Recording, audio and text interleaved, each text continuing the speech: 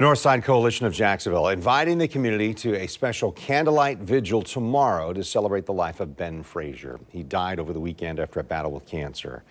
Frazier was a longtime broadcast journalist who became the first black anchor of a major news show in Jacksonville. He hosted the noon newscast here at Channel 4. He was also known as a civil rights activist. These are some images of him last year at the United Nations in Geneva, when he spoke out against Florida's anti-riot law. News 4 Jax reporter Jim Pickett joining us now live from City Hall, where he spoke with Frazier many times over the years. Jim?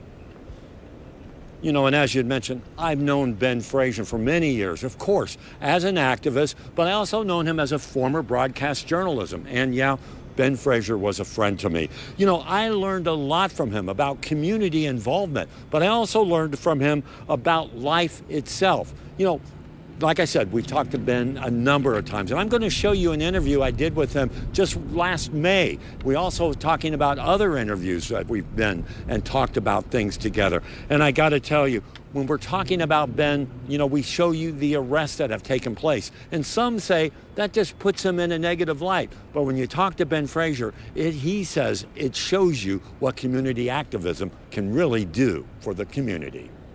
When it comes to public welfare, this governor does not care. Ben Frazier's voice demanded attention. His actions were bold. His arrests were a matter of protest made for a point. When I interviewed him on May 10th, we were talking about a redistricting court case that he and others just won. At that time, I knew Ben wasn't doing well, and we talked about his life. Well, these are some short responses, but it lets you know where he stood, some troubles in the past, and his belief in God. Make it in life is because of their will to survive. I have a tremendous will to survive. On these very streets, I've slept in boxers. Short pants and T-shirts, unbathed. And I'm not saying that to brag.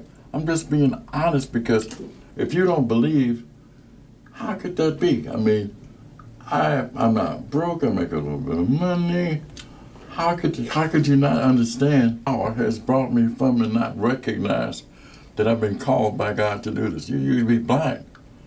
Because I didn't do this on my own. And Ben did a lot for his causes. These are just some examples. He was arrested for refusing to leave a press conference held by Governor DeSantis about a year and a half ago.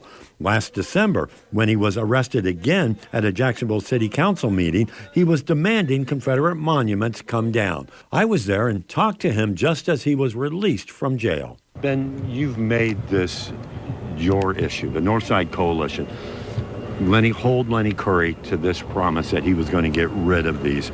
You even went to jail as a result of this. Do you think it's going to happen? Yes.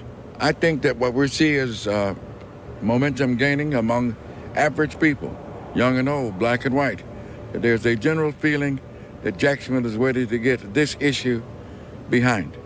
It's time for us to move forward, for the city council to move with great resolve, stop with its political cowardice, and move on with political courage, guts, and gumption.